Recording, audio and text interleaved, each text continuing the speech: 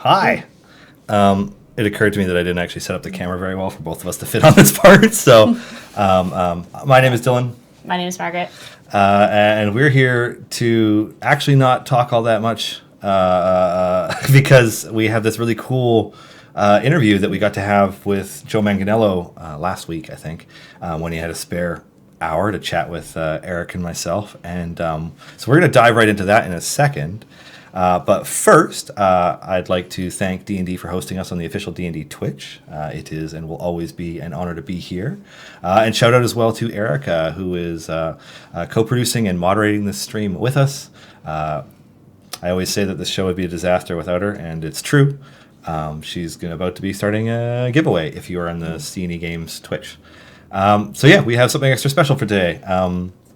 Myself and Eric, our CEO, had a chance to sit down and chat virtually with Joe Manganiello about Crawl and D&D and cool stuff like that. So I don't know. I guess the best thing to do is to just dive right into that pre-recorded interview. So here we go. And there we go. It's recording. Our recording has started. Cool. All right, here we are. Nice shirt. Thank you. Yeah, it is my favorite one by far. I love it. I don't know. This is the better death save shirt. No, because this one has the rules for death saves on the back. And just in case you're somewhere and someone's like, what's death saves mean? You can kind of like turn around and be like, well, I just happen to have the rules here.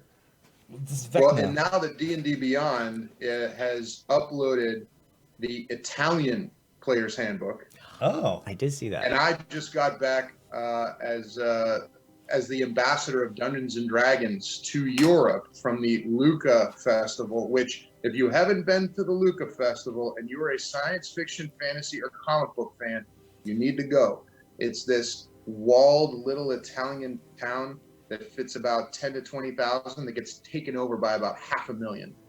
It's just, it's incredible. And we translated the Death Save rule shirt into Italian. Oh, that's super cool.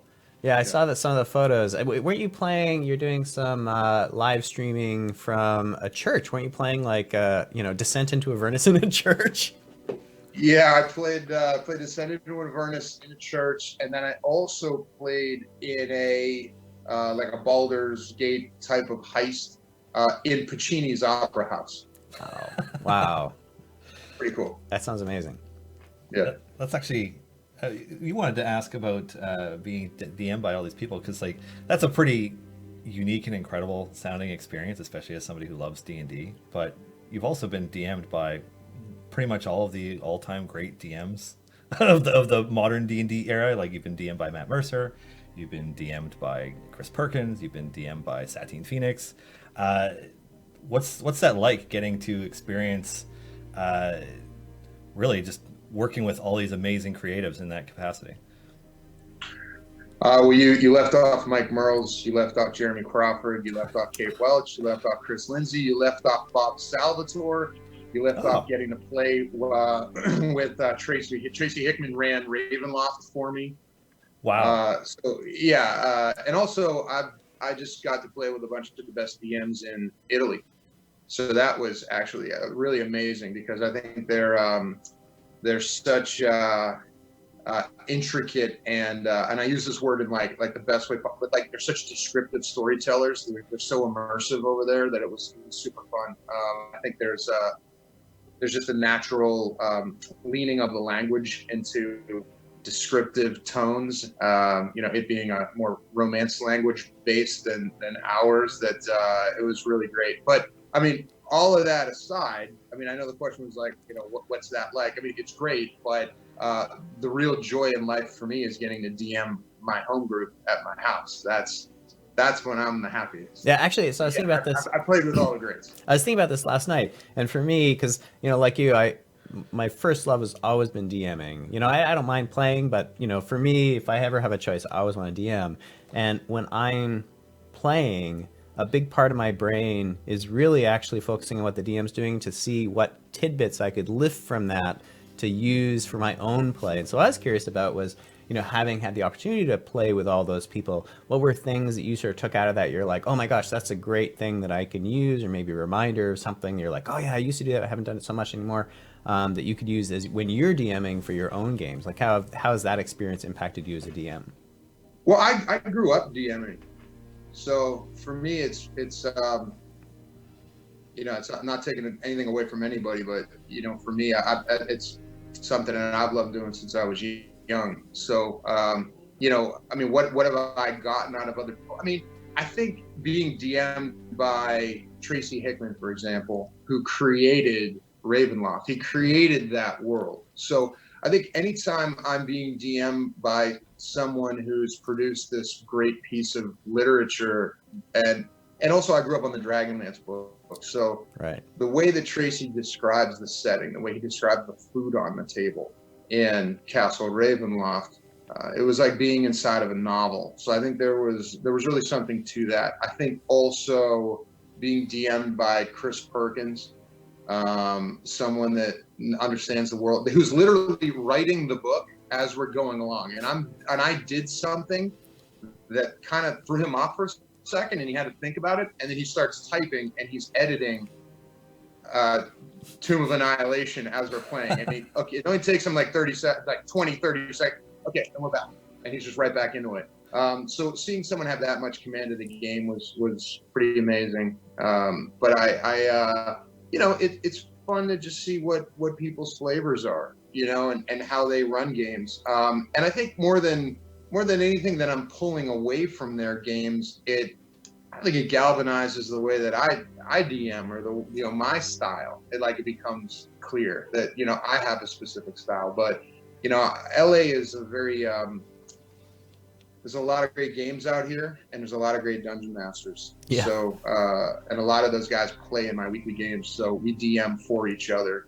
Ryan Vernier, who works for Riot Games, he writes stories for League of Legends. So he creates this entire world that you get immersed in. John Castle, he's got a show coming out. He has his own post-apocalyptic world.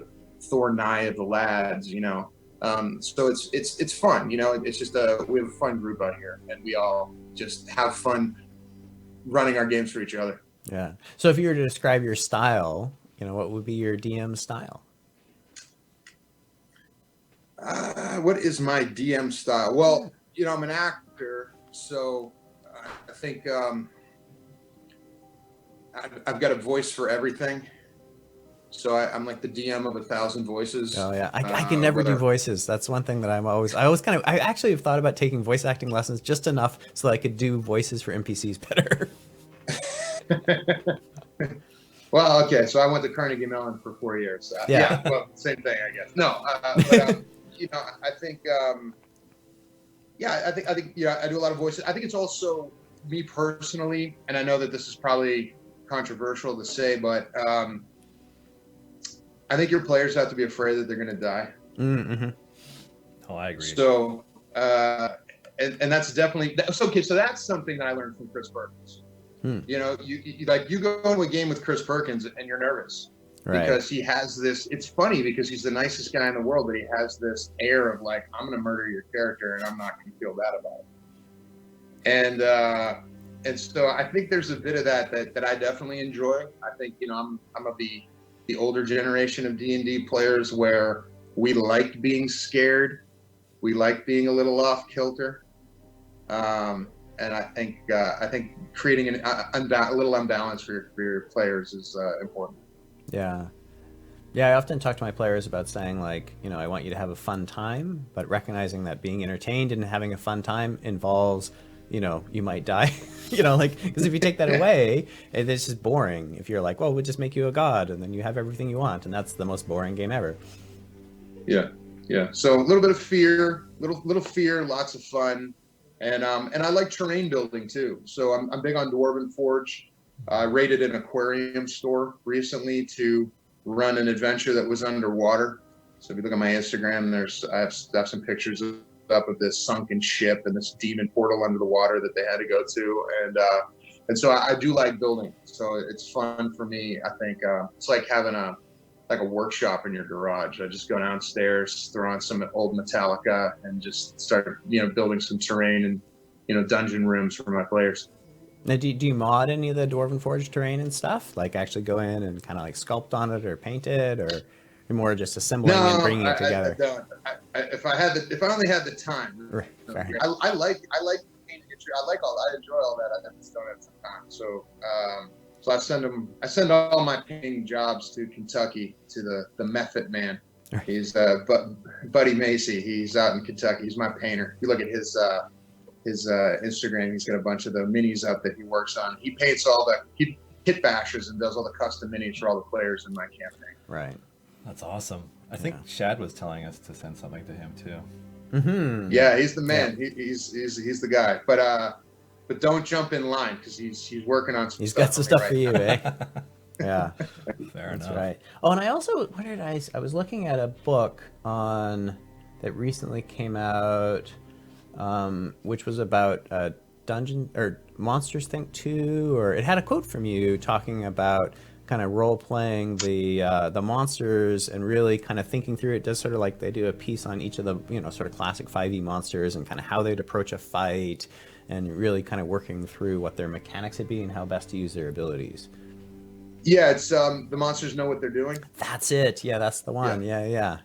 So. Yeah, that's it was a blog that I actually used to read, because the guy who wrote the blog, he would come at it from this perspective of what a sentient creature would do versus a non-sentient creature.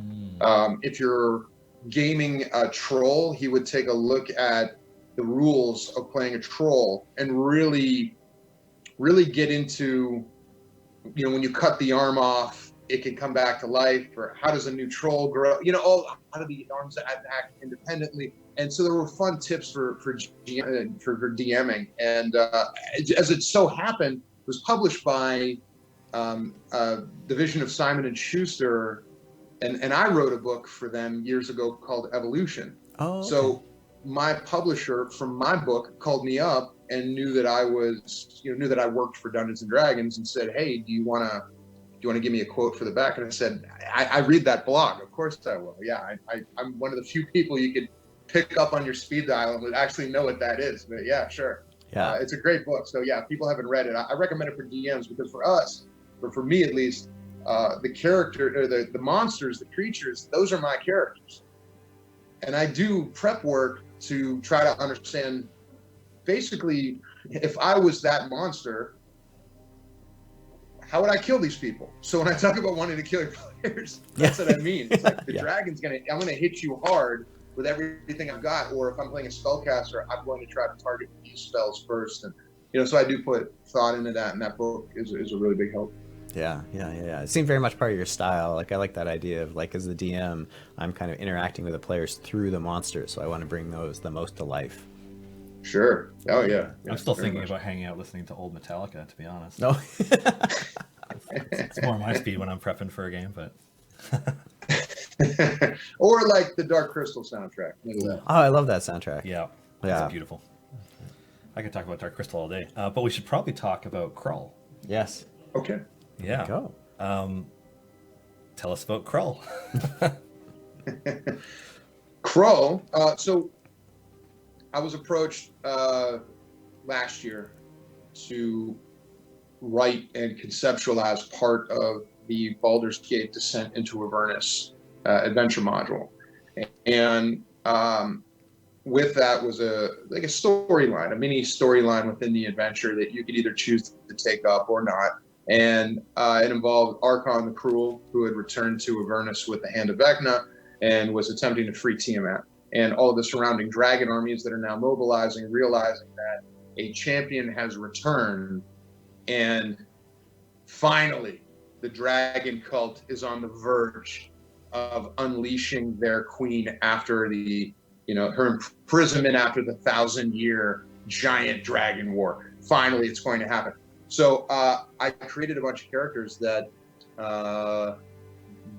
worship Archon, and the first one on that list was Crawl. I needed someone with plane shifting ability, and I also wanted someone who was like an alchemist or more like a mad scientist. And so, and the Turtles had just been updated for 5e by Chris Perkins, and I just thought, what a great idea to take probably the most benign of all the character classes and turn them into the most vicious and savage. And so this is the most savage turtle you're ever going to see in a D&D campaign. And I also really like, Archon was the Oathbreaker, which is a classic villain class or subclass. And so I wanted to give him a Death Domain Cleric, like a Renfield to his Dracula, if you will, a Dr. Mindbender to his Serpentor, if you're following me. Oh yeah. And so he is Archon's chief alchemist, and he's the one that, if you read all of the old dragon cult modules from the old previous version, they were all obsessed with capturing good dragons and turning them into Dracoliches. So basically reducing the good army's numbers and then converting them into your own army. And so I thought he would be obsessed with that first and foremost, be a student of that old game. But then also he would be working on potions and salves and things that could heal Archon or restore him to health from his draining mental battles with Vecna on the ethereal plane. No, I was thinking about Crawl and just how metal he is, and how evocative the design was, because I think Max Dunbar did the first art that showed up online. Did the concept for it? Oh, you did? Oh, sweet. Well, I mean, I created all the characters. Yeah. So it was a situation where I was, I created the characters and then was like even posing like them and sending photos off to illustrate what I was looking for. And so it was in great detail. Like I had a whole folder full of snapping turtle photos, and I would kind of alter them and draw over them and things. And also, this idea that each one of Archon's Dark Order, which is like his inner circle, each one of them bears the markings of Tiamat in some way, shape, or form. So Krul's shell, I wanted to be covered in draconic runes, like prayers to Tiamat that were carved into his shell to prove his fealty to the queen. And then I wanted this giant two-headed warmaul. I thought his, he's a cleric, so he's still tanky and has a 20 physical strength. So I want him to wield the biggest, nastiest weapon of all. And so there are these back-to-back skull. That's also his arcane focus, or his cleric, his holy relic, his cleric focus. And it was like a Frostbrand dual-headed maul with skulls on either side. So there's a lot of, and I also wanted like white grease paint over his face so that if you turned a corner and saw him, you would think he was undead. And that was indicative of his obsession with, as a Death Domain Cleric, of the line between life and death. He's obsessed with that line and crossing over it. And so I wanted that, I wanted to have that feel. And then, so I then gave those descriptions, like in photos and, references in detail to Max Dunbar. He created those great drawings that are being turned into the WizKids minis. Right. So there'd be a set of WizKids minis based on Max's drawings, which is great. And then there were also the illustrations that show up in the Baldur's Gate Descendant of Avernus adventure, which are by a different artist, that are great as well. And so I worked with those artists to, basically it was me making sure, as I do with Archon, that I have to make sure that each one, is instantly recognizable or has those elements that are recognizable. I think you might, out of the corner of the screen, see my little demon familiar popping up. Nice.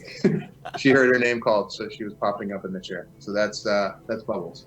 Hi, Bubbles. Bubbles goes on my lap. Oh, yeah, Bubbles is very vicious. Yeah, it looks vicious. Yeah. I'm curious, when you're coming up with Crawl, it sounds like, at least in hindsight, it was pretty much like there it was, and you just sort of like kind of did it. But was there pieces that kind of weren't there initially, or was that kind of character vision pretty locked in from kind of the moment go, and you just had to sort of fill in some of the details, or was there parts where you're like, oh, maybe I'm going to go a different direction at first? Yeah, from the beginning, it was need based, and it was something that evolved out of my playing as Archon. So also in the case of Torrigar, which may be a conversation for another day, this is Archon's Minotaur bodyguard. They were organic in a way, and what I mean by that is so Archon steals the hand of Vecna, and that hand then allows, once attaching the hand, he is allowed the ability to teleport. But the teleportation is within the same plane. But he needs to get to Avernus, and needs to get away from anyone in his immediate surroundings who might want to stop him from getting away with said hand. Right. So in order to do that, he would need the ability to plane shift. As a paladin, he just doesn't have it. So there was an actual, thought went into, well, who would be working for him? If you planned a heist, I'm going to get out of here with the diamonds. I'm going to meet you at the warehouse, and then you'll have the getaway car, and we'll get out. So who's the getaway driver? Someone with plane shift who is waiting for him at a rendezvous point. That if this series of events conspires so that I somehow get out of here with the hand, I will teleport and meet you there. If I don't show up, it's because I'm dead. Right. Well, he showed up.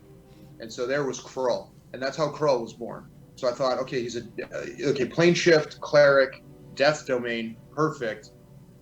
Turtle, even better. Now I'm seeing it. Undead turtle. Oh, okay, this is great. Now, and that's how Crawl was sort of born. And then when I was asked to collaborate on the book, he just became fleshed out. But then I started playing him out. So there was the lads, the LA Dungeons and Dragons Society, as they call themselves. Yep. They were in the middle of Tomb of Annihilation, and so I would bring a level 9, level 10 Crawl up to play in their adventures, and there was a whole story that went with that. Oh, cool. It was all story based, but that's how I started working the kinks out of Crawl, and he became who he is who he's about to be in the IdleChampions game. That's right.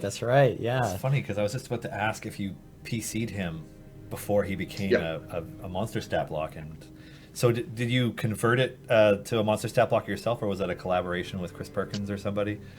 It's more like a negotiation with Chris. Because, like, for example, Archon is a frenzied berserker, so he's going to get advantage whenever he wants. I mean, disadvantage back to him, but he's going to get advantage whenever he wants. And he also divine smites, and a divine smite is such a complex mechanic that you really can't stat block that for a DM. That you're going to have to start keeping track of spell slots and marking things. And marking, when did I divine smite? You just can't do it. So the negotiation with Chris, there were a few different points. It was like working out a deal as I was Archon's agent. Yeah. Like, Chris, he has to have 221 hit points, or it's a non-starter. It's a non-starter that counts. So we had to start from there, and then we got into, okay, well, if we're not going to be keeping track of all of the different spell slots for divine smiting, then let's just give him the middle of the road smites. So then it was like, okay, well, he gets 3 searing smites, and it was like, all right, if you're playing as Archon, I want him to be able to do 125 points of damage in a hit, which I did, and I want him to be able to do 323 points of damage in a round, which he did. Well, hasted with a 4th attack. But I wanted the fear of, if you want the hand and you want to stop Tiamat, someone in your party is going to die in round 1, maybe 2. Right. And I wanted that feel. And so the stat block that showed up is what it is. And maybe there will be a more savage stat block in the future. But that's that. So anyway, with Crawl, it was the same sort of process. I digress, but with Crawl, it was the same sort of thing where there were negotiations happening and what spells he was going to have and how many hit points and yada yada. That's cool. I'm always too intimidated to create monsters from scratch. It's just I don't know. Yeah, It's yeah. something- Oh, it's I something that- recommend it. I think you should do it. I think that's the other side of Crawl in my home game, which I run a modded Tyranny of Dragons, and all those characters from Baldur's show up. They're all involved in some capacity. All those characters, including Crawl, and Crawl is behind a lot of the. He's masterminding. Like my party just fought a bronze dragon that was captured and dragged into a temple of Orcus on this island, and they used the power to turn the bronze dragon into a Dracolich. So they had to fight this adult bronze Dracolich, and that was something that Krull had orchestrated. He's also hatching the metallic dragon eggs, and so Mike Merles gave me the stat block for all the Draconians. He updated them to 5e for me last year. I DM'd it. I DM'd the GaryCon last year for the Diamond Badge members, and they didn't know what world they were in, but they found out that they were in Kryn. Oh, and so I'll have all the Draconian stats, but that's also something that Krull has created and masterminded. And another thing that he's capturing the giants, who the giants are the age-old enemy of the dragons, of the chromatic dragons, and so he's having them captured and having them transformed into giant mutant, like mutant wingless half dragons, like the size of giants. So they're these giants that hit the battlefield without wings and just smashing their way through and breath weaponing, and they're just these panzer tanks that I send after my players. So I highly recommend creating a monster. Wow. I'm just picturing that, and that's it's terrifying. And I say that as miniatures painted by Oh, he makes me all these modded minis that are super awesome. Oh, that's cool. Yeah, I guess he's got to chop the head off a dragon and take a giant mini and chop it up Put and it all together. And... yeah. Wow. Yeah, maybe. Yeah, cool. Exactly. Sorry, I had to buzz someone in my gate. There you go. Worries. Okay. This is all in real time. That's right. Yeah, it's happening. That's all good. So, I mean, maybe talking about bringing, I guess Archon as well as Crawl into IdleChampions and working on the design process and stuff like that. How is that for you from the creator side? Did we do justice? I hope we did justice to bringing them in. It's amazing. Are you kidding? I think also because I have a certain type of mind that sees the characters in a certain way. And what I mean by that is like, I see them in the HBO way. And what's so fun for me was getting to see him designed in a cartoon way. Right. And getting to see him designed in the IdleChampions way, which is such a distinct art style and so much fun. And so I loved seeing, his axe, bone cleaver, and his armor, we spent lots of time back and forthing and the points that make Archon and what needs to be present, sleeves or no sleeves, biceps or not biceps, all that. And so I loved seeing him through this other filter, and especially like I'm really excited for the coloring book pages. Right. Yeah. I love it. I love this, Yeah. So, and the pins that you guys made for the streaming event this year are just, with Gale Force 9. With Gale Force 9. Yeah. Yeah, absolutely. Yeah. Who are collaborators of mine as well. I love John Paul and company. Yeah, they're great to work with. It's just been so fun to see him in this way, which is such a unique way. And there's actually there's a piece of artwork around the beginning that isn't in the game. Right. But it's a different piece of him that it's like a video game looking Archon running from the side, like raging. There was some fire. Yeah, he's got the axe back. Yeah, that was some of the key art we did for some of the initial marketing. Yeah. Yeah, so some of my favorite artwork of Archon is that and him in game and IdleChampions. It's so great. I love letting you guys run with it and seeing what you come back with. It's been really fun for me. Oh, that's good to hear. Yeah, it's an interesting thing because sometimes when you're making a video game, you're very much kind of creating those characters, and that's kind of a big part of it. But for this game in particular, whether they are kind of canon characters from sort of Forgotten Realms or something like that, or working with a content creator like yourself and kind of bringing those characters in, where much more of this sort of stewardship role around kind of really trying to capture the core elements of each of those characters, but of course put them into a style and a world that is all looks like it links together and connects. So yeah. What's really great about working on a character like Archon and Crawl is and certainly different than a character like Brunor, where for that one we were working with the team at Wizards of the Coast, but with Archon, like, we could talk to you, who really kind of brought him into the world. There was nothingness, and then you brought Archon into the world, so we can kind of not quite chat with Archon, but we can chat with you, which is sort of the next closest thing to actually chatting with him, to be like, okay, Archon, what would you like to see about yourself in the game? I'm his agent, like I said. Exactly. You represent him. I'm his agent. That's right, an exclusive deal. Yeah, well, and that is true, and that's because I think it is interesting once you hand that character off. Right. For example, and that was part of the process in handing him off in the Descent into Avernus adventure, was I'm now getting feedback back from people who are saying, so the Dragon Cult members showed up and they attacked the party, and when they left, they said Archon sends his regards. I love hearing his voice come out of someone else's mouth. But he's my baby in a way, and he's and so speaking on his behalf, of course. If you want to call Bob Salvatore right now, we can ask him about Brunor. We can ask him what he thinks. But I know what you mean, and I do enjoy it, and I love it, and I'm genuinely passionate about it. When I was a kid, I wanted to be Gary Gygax. Right.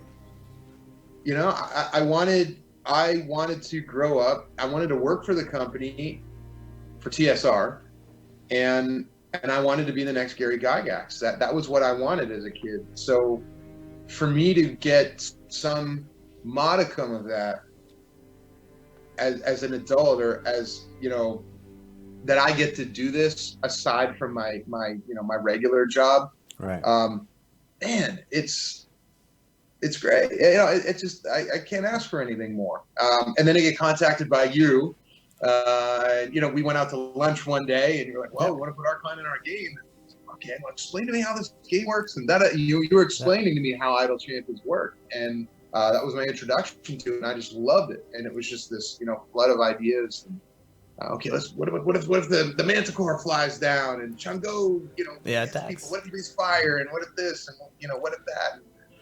What if he can change his weapons and he changes later? And we went through all of that stuff in the beginning, and so for me, there's nothing that's more fun than that for me. So I just love it so much. So I could talk about him all day long. Yeah, it definitely is a dream come true. I mean, speaking personally as someone who also, kind of circa the same time in Redbox and AD&D, and being like, playing it and loving it forever, and then getting a chance to actually have it part of my job has been like just a super treat. Really is a dream come true. So there we go. Also, they send us stuff. And and then you get lots of D&D it's stuff. Nice to get sent stuff. That's right. Yeah. Actually, I guess by the time that this video will air, you'll already done the unboxing video, but we haven't actually shot that one yet. But we're doing an unboxing of the Beetle and Grimm Descent into Avernus, all the stuff. I assume you get, I just got mine. Yeah, I got my personal one on the weekend, so yeah. Yeah, I was in Europe and I came home to find it, so I've been going through all of that. I love those. Those are great. Those are great tools for DMs. Mm-hmm. I love them splitting the books up. I love a lot of the the cards that they have of the creatures. Yeah, you can flip on your screen and stuff, and the custom screen. Yeah, useful stuff. Yeah, very useful. Well, stuff. Then I mean, my personal fave is all the metal. They've got the Baldur's Gate badge and kind of all other kind of like hardcore stuff that I think it's Han Cholo that does that. I'm not I think they did that before. I'm not sure if they did that for this one, but I have to check. Stuff. I'm not sure. I'm going to be reading all that stuff. That's right. When you do the unboxing on Thursday. Yeah, exactly. Yeah, I've been waiting to dig into it for over a week. It's been sitting there. Yeah. Taunting me. Yeah, but looping back to that point though about taking someone's character. I mean, there's there's definitely this thing that people have about the characters that they play in Dungeons and Dragons and kind of that connection to it. And I remember when we were first chatting about bringing Archon in and just kind of the passion, you know, that you're like, this is my, it's like an extension of myself in a certain way. I'm not sure if it's the same thing when you're like, you know, being an actor and having a role in something like True Blood or something like that, if that's also a similar thing that you feel, or if it's different because those are lines that are being handed to you. But certainly there's a power that someone has in their connection to their D&D character that's very much their character. Sure, but I think for me, the difference between the True Blood and this situation, I think, is that, you know, where Charlene Harris created Alcide and then watched on the sidelines as the writers wrote my dialogue, right, and then I performed it. Right. So in a way, that's really, I think, more of the metaphor would be like, what would it be like? What was it like for her to watch that? Because now that's what I'm doing. So I created this character. I breathed life into it, and now I'm allowing other people to step into his shoes and and play as him. So with that said, I've tried to, you know, give hints here and there. I don't want to step on any dungeon master's toes, but if anybody cared, you know, he's like a cross between Darth Vader and Darkness from Legend. Like that's how I picture, you know, this lonely figure in this tower, with all the power in the world that was promised to him, but where exactly is this headed? What am I doing? And also there are these, you know, carnal wants and needs, or, you know, like, you know, there's a human side of him, away from the general. And so I also, you know, grew up reading the Dragonlance novels, and you've got Lord Verminard, who I thought was disposed of way too quickly. And so I think I'm trying to write some of that, or maybe he was disposed of, but then also paved the way for Archon to step into his place in my home game. So, you know, I'm trying to be vocal about that and just give people little hints on how to play him. But I'm sure there's some DM out there that's going to turn, you know, I don't know, you know, you've got some take and you're free to do that. And that's kind of the beauty of it. Yeah. He's ascended. Well, that's certainly an interesting thing I know about making games when I'm at a con or something and interacting with fans, that you kind of like, you pour your heart and soul on this thing, and then you make it, and then you kind of put it out there, and then, you know, fans kind of take ownership of it. They might agree with the thing you've done or disagree with a different thing you've done, and they're like, oh, and you did this rebalance of this character, you did this or did that. I don't know, have you had much of that? I mean, I guess I'm not sure. Well, maybe at when you're in Italy and people, I don't know if they'd had a chance to kind of experience Archon in their home games and had been like, hey, you know, we played him this way, or... No, because I think the book's still new. Yeah, still new, yeah. And this kind of feels like in-game content a bit. Yeah, people are still working their way through it. But I was starting to hear those rumblings of, you know, a dragon cult attack. Right. And now, you know, and you know, that giving respect to Archon as the general who would have sent them. Right. Personally on this mission. So I've started hearing that, which makes me extremely happy. But I'm sure if you ask me that same question 6 months from now or a year from now, there's going to be a multitude of answers. Mm-hmm. And part of this process, I'm just really excited to see how people play as him. Yeah. Yeah. Where they go with them and give him a voice. Yeah. Yeah. And Crawl as well. So that's another fun one. That's a good question to ask, actually, is how, you know, if Archon is the darkness and Darth Vader, who's Crawl? Right, yeah. Well, Crawl is Crawl, I refer to him as Renfield, but he's not this, you know, oh, the master, yes, boss. You know, it's not so much of that, you know, as much as I don't know, what's a good, I think, like, you know, the scientist Skeksis in Dark Crystal. Right, yeah. You know, I don't think Dr. Mindbender from old G.I. Joe cartoon episodes for, you know, that's a deep cut old reference now. Yeah. But he's that, where I don't think Mindbender was weak or was some sort of pawn. I think he was, you know, he was this very, you know, strong-willed. I will help you, master. He's kind of that. He's a servant, but he's dark. He's twisted. He's into all of this necrotic, weird, evil stuff. So I think that's kind of, he's a big, giant snapping turtle. So there's a bit of pun intended, bite to him, rather than a Renfield who's more of a cowering mess in the corner. I think Crow is very skeptical. If you come and you want audience with Archon, you have to go through Crow, and Crow's going to size you up and see what he can get out of this. He's always moves ahead on the chessboard, and he's got something. Perhaps if you brought me the horn of a unicorn, a baby unicorn would be preferable. He's that. He's very dark, very sinister, very creepy. That's good. I'm DMing that campaign next. I agreed to do that for my. I'm playing. We're just finishing Tomb of Annihilation now, and then cool. I'm trading off with my DM because he never gets to play. So I'm going to DM him through. I get it. Through Avernus. So that's very cool. This is insightful. This was for me. You're like, you're just making notes. You're like, perfect. Yeah. Well, and certainly the fan community, when you started posting some pictures out about Crawl, people were super excited about kind of that take on a turtle and kind of almost Teenage Mutant Ninja Turtle-esque in its sort of vibe in some ways, but the metal version of that. People were like, oh my god, that's super cool. I think it was such a great kind of, I don't know, people are like, why haven't we put these things together before? It's like peanut butter and chocolate or something. Yeah. So good. It seemed like there was a really strong response, and I'm really happy about that. So, I'm excited that he had that type of reverberation in the culture. And you mentioned the Ninja Turtles. I mean, I was heavily influenced by the old black and white comics. Those are my favorites growing up. I love those.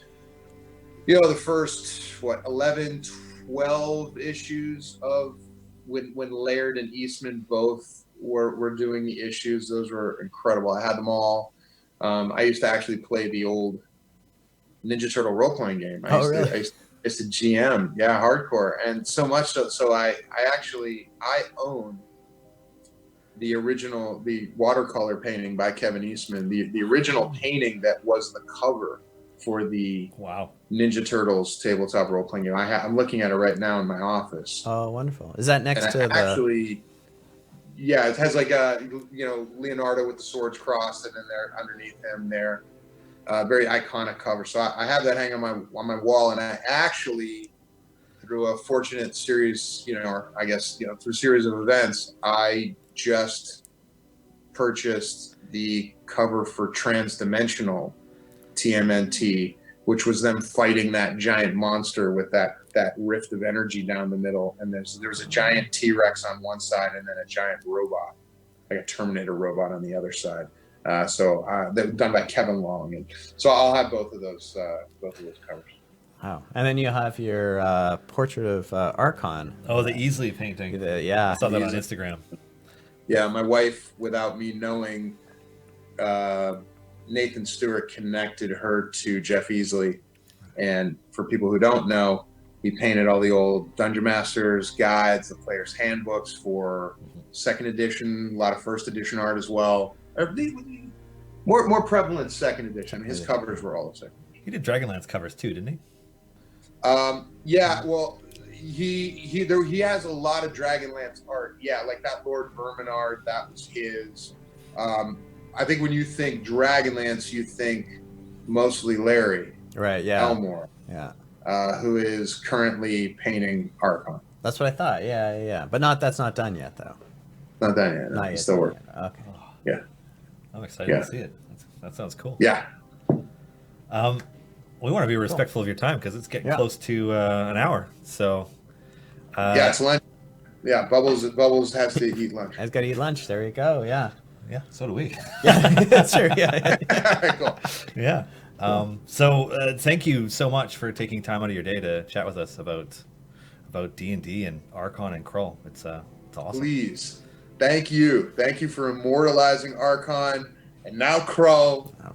And IdleChampions of the Forgotten Realms. This has been one of the great pleasures of my life, is seeing my characters, my creatures, my monsters that I made up running wild all over your video game. Awesome. Very cool. Thank you so much, Joe. Thanks very much. I appreciate it, guys. Hi. We're still here, watching this with you, in a way. I'm just gonna actually select. This is the best part of using Archon right here is selecting Usurp Power, because you see your DPS just go way up.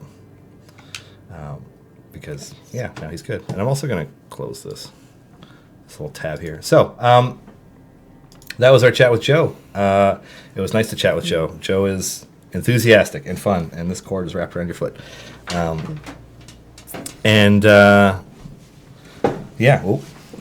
what did I hit? I hit something. I see. Maybe what I should... No, I'll do that after. Move this desk over slightly so it's a little easier for us. Just gonna... there we go. You're a little more in frame. So yeah. Can you guys can't hear us? Oh, interesting. Yeah. Are we still muted? No, we're not muted. Oh. Yeah, I'm pretty sure we're not muted.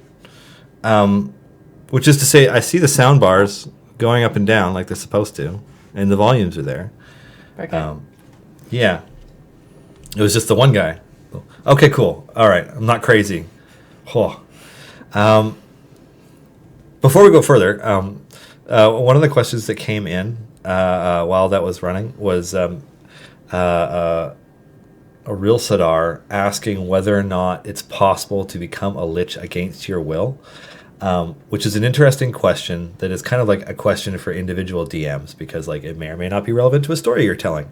But the bit of info I had prepared, having read that, is kind of something that I coincidentally picked up last week. For those of you who have had a chance to dig into Eberron Rising from the Last War, the most recently published 5e book, there is a character in it named Lady Ilmarrow, who is someone who did not consent to becoming a Lich. They were killed and raised. And so I don't know if that means that she became a Lich against her will, because she is one and is continuing to do horrible, evil things, but did not consent to becoming one initially. So, it's your... Parajosh brings up a good point in chat. Being cursed into lichdom sounds possible if somebody else controls your phylactery. And also, let's say you see that somebody's in chat trying to tell me what to do. If you've played the Tomb of Annihilation campaign book, and cover your ears if you don't want anything spoiled for like the next 10 seconds, starting now. If you make it into the final encounters where you have to destroy the Soulmonger and the Atropol and possibly fight a Serac, you will find that a Serac has stashed 25 to 30 phylacteries there as well. Like a literal Lich army that he controls somewhere throughout the multiverse. There's some pretty interesting stuff around that going on. You want me to swap my characters around? Right, cool. I haven't looked at this formation much since setting it up. If my DPS number doesn't go up, I'm going to change it back right away.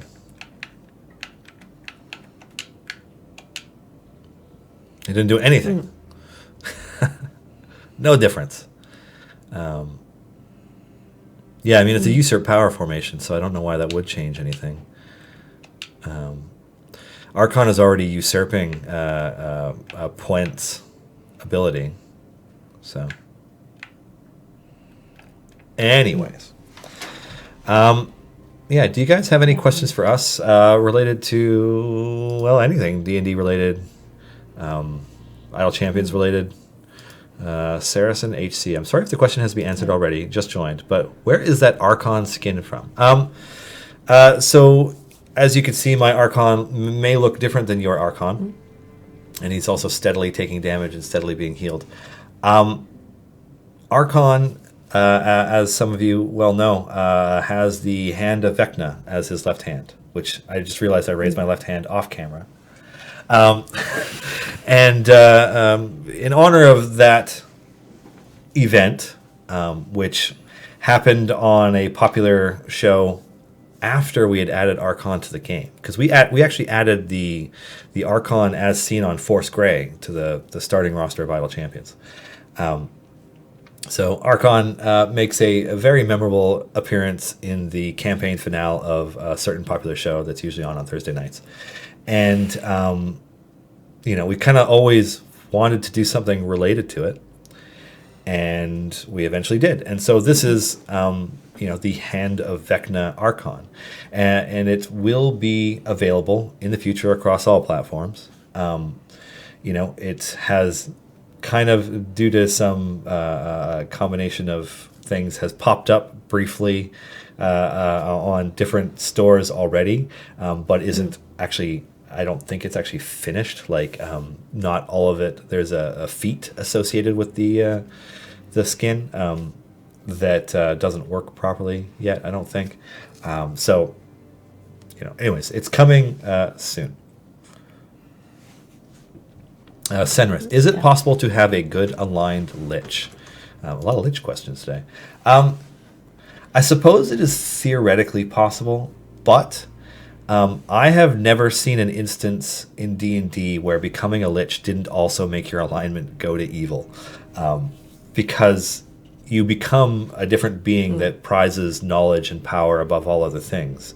And so while you may have goals that are good, or can be good, almost coincidentally, at your core you are an immortal monster that seeks knowledge above all things, knowledge and power above all things. And so it's kind of impossible to be good aligned if that's your flaw or your value or whatever. So they tend to be evil, but it can, theoretically, everybody has different game master or dungeon masters that they play with. So, the decision that you make for your game could be any.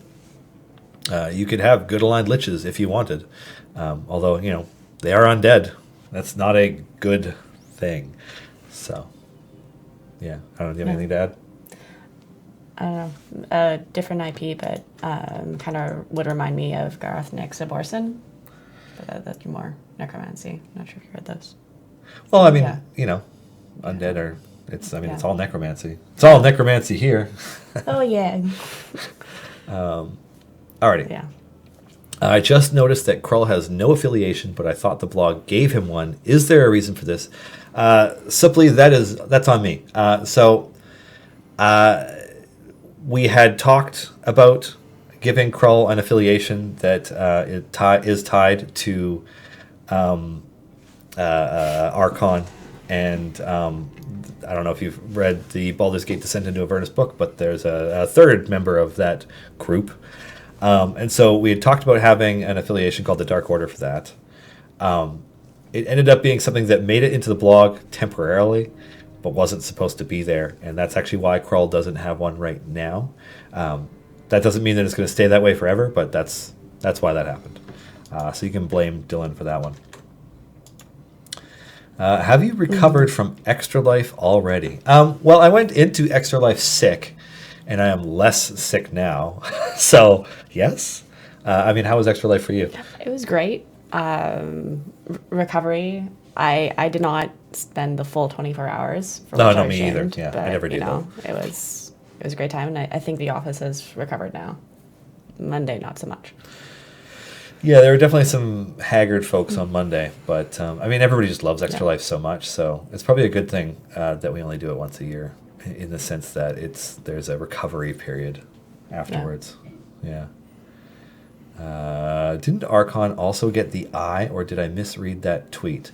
I think, Elcara Draco, you're thinking of the fact that there is an article circulating around the internet as of today or yesterday, talking about how there's an upcoming Dungeons & Dragons movie coming in 2021, and that the MacGuffin for the movie is going to be the Eye of Vecna. I don't know if any of that's true. I didn't see an official statement from either Paramount Pictures or from Wizards of the Coast or from D&D or Hasbro or whomever in that hierarchy of corporate ownership. would have it. So, like, I don't know if any of that's true, but it's an interesting article, and it's I don't know if it's the MacGuffin I personally, Dylan, would have chosen for a D&D film, but the Eye of Vecna is a crazy powerful artifact, just like the hand. So, I mean, not a lot of liches become gods, so I guess we'll see. Parajosh, any future patrons like Elminster or Manshoon / Paraghost? There will be more patrons in the future. They are something that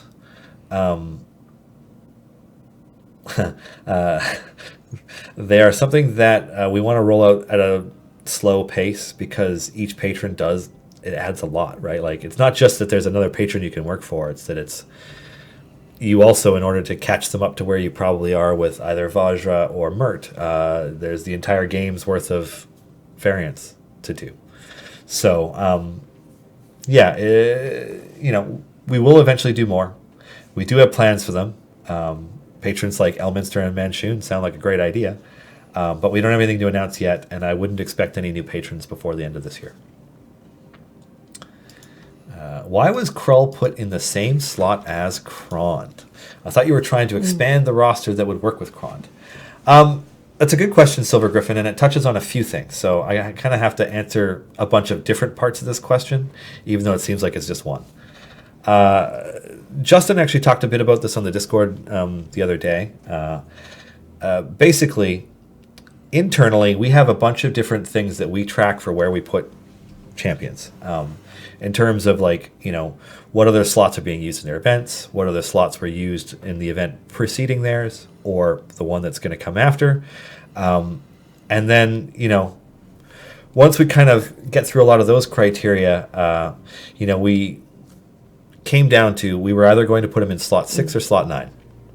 So slot 6 is Ashara / Shandy / Kron / Evelyn, and then slot 9 is Makos' slot. And so we had to make a choice between those two. Now, either way, if you replace Makos, Krond is not really getting anything. It's just another evil champion that's supporting in that slot. But if you replace Krond, you can add more to an Archon formation. And ultimately, Krull is Archon's Dr. Mindbender, I think it was that Joe called it. And so we kind of had the choice between those two slots, and we picked putting him in slot 6 over that. He wasn't designed specifically to be only a Krond buffer. But I'll tell you what, if you, like me, are a diehard Krond player, because Krond is awesome, now you have a really good stacking debuffer that you can swap with your main DPS to push your areas a little further. And I very much look forward to seeing where Ronan ends up after he's geared out Krull. Liege Hastur. Is Archon going to have 2 affiliations? We'll cross that bridge when we come to it. Yeah. The debuff goes away with Krull? Oh, Krull? Oh, I thought we could... Oh, well. Too bad. Is Archon going to have 2 affiliations? So in the event, we're not intending to take away any affiliations from Archon. So if we do end up creating a Dark Order affiliation for Krond and Krull, for Krull and Archon, Archon would still also have Force Grey, because he is associated with Force Grey. So, yeah. Is there any chance to change Krull's bench slot in the future? It's unlikely to happen. Yeah. We deliberated and we came down on this slot, and it's gonna stay there. Spoil the weekend buff. Sure. Yeah, I could do that. Let's pull that up. And this is assuming things don't change, because sometimes they do. But this weekend is Krull's Allies Weekend, with buffs for Korth, Spurt, Jarlaxle, Birdsong, and Archon, with a golden epic tied to Korth. So that'll actually be really awesome, because Korth is super good. Yeah. Game said that there was a Joe here. Yeah, Don, you just missed our pre-recorded interview with Joe Manganiello, creator of Archon the Crawl, and a few other characters. The VOD of this will be available once the stream ends at 3 p.m. Pacific, which is about an hour from now. But also, we will be uploading it to YouTube right afterwards, so that anybody who wants to check out that interview can. And you should, if you're a fan of either Joe or Crawl or Archon or D&D, all those things. Because, yeah, it was a good interview, if I do say so myself. Mostly because Eric and Joe have spent some time together, so it's a lot better than it would have been if it was just me, let me tell you. Alrighty. If there are more patrons in the future, are you going to rework how challenges work? Because it's already a lot doing them for two every week. Well, that's a good point, Lich. Like, so, it's one of the things that we'll be considering as we move forward with this, because, patron challenges add a lot of things that you could be doing. And, if we have 3, 4, 5, 6 patrons, like that starts to become a pretty untenable amount of content to complete at any given time. Excuse me. We will see. We'll evaluate that when we get there. Do I have an update for new blessing tiers or upgrade caps? No, I don't. Players are getting pretty darn far, and we're going to wait and see at this point. We're not planning on doing one before this year ends, I don't think. But I can say that there will be more, but it's not yet. Have you experimented with the idea of a PvP mode? No, this is very strictly a single-player experience through and through. We have no intentions of doing that kind of multiplayer.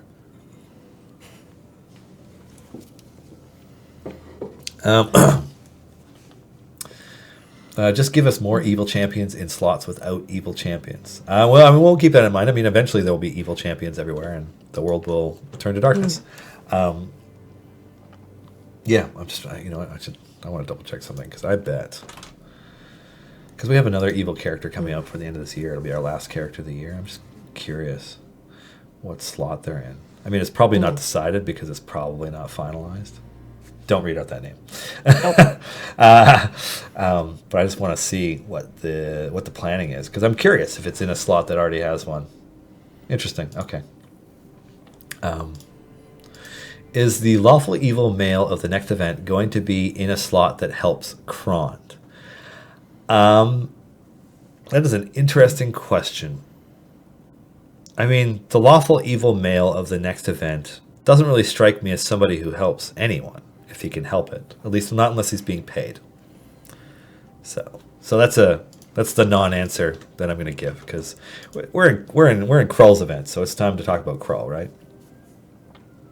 Draco Whale. Why is Archon in the back? I thought he doesn't get his attack changes unless he's being attacked.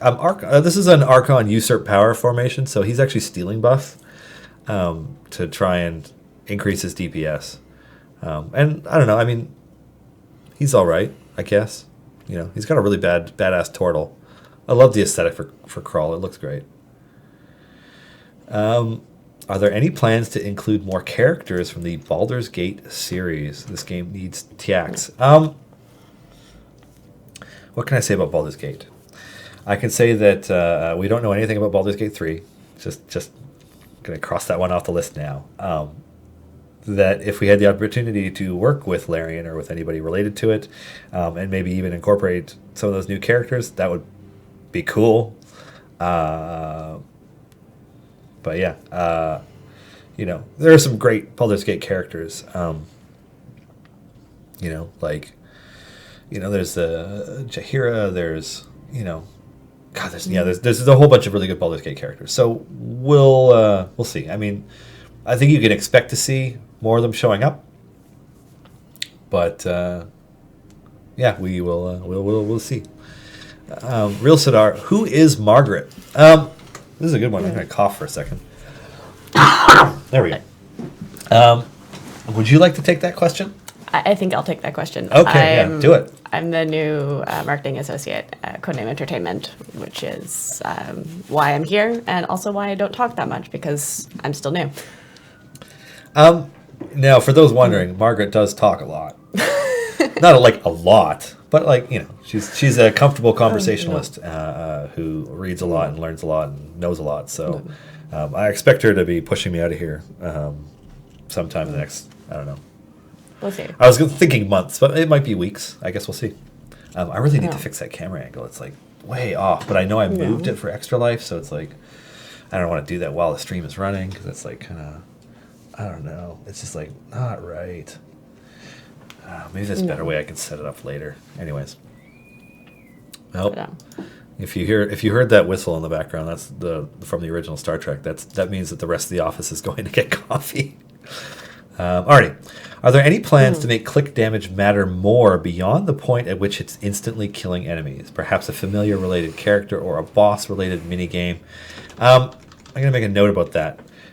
So, are there any plans related to that right now? No. You know, it was always intended that click damage would eventually fall off and that you would have to rely on your formation DPS to progress. You know, and like just the strategy that you set up. So that's that part. That being said, I mean, you know, there's room design-wise to possibly implement more click-related things. And if that aligns with something that Justin wants to do with the design of IdleChampions, it might happen. But, yeah, we'll see. A clicking quick time event for a boss? Oh, God. This would not be IdleChampions if you had to do that. But, yeah. Anyways, I'm making a note about that, but it's not something we're planning to do. Are there any plans to join together the mobile/PC accounts so you can play the same account on both platforms? Apocrypha 0, I am sad to report that no, there are not. And there's a bunch of reasons for it. One of them being the agreements that we have with each of the different platforms that we're on, because you know we're on iOS, Android, on PlayStation 4, Xbox One. We're on Steam, we're on Congregate, we're on Armor Games, and we're available on our own website through MGL.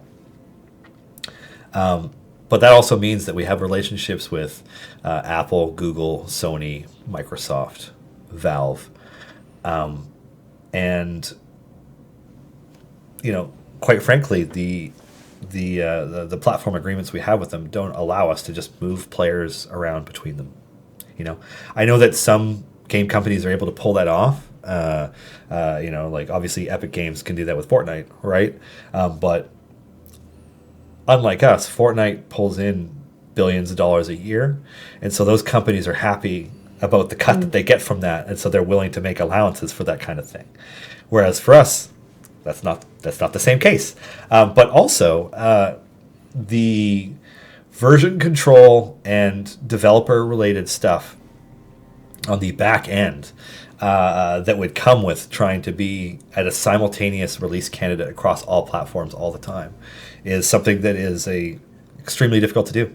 And we're a small studio, so it's too difficult to do for us, or rather too difficult to justify trying to do with the team and team size that we have. So it's not likely to cross-platform saving / accounts is not something that we're ever likely to implement. So yeah, sorry. We hear the feedback, but it's not really something that we can tackle. Yeah. I admit that it would be, Dylan as a player thinks that would be cool, but it's just it's beyond us. It would be cool if one of the Tiamat global blessings boosted Archon and Crawl once it was purchased. I agree. I'm going to pass that along. Like, make them more evil. Wait, I was going to write down something really stupid there. How are the lunchtime campaigns going? Oh, that's a interesting question. Give me a second. I need to take a drink before I start that one.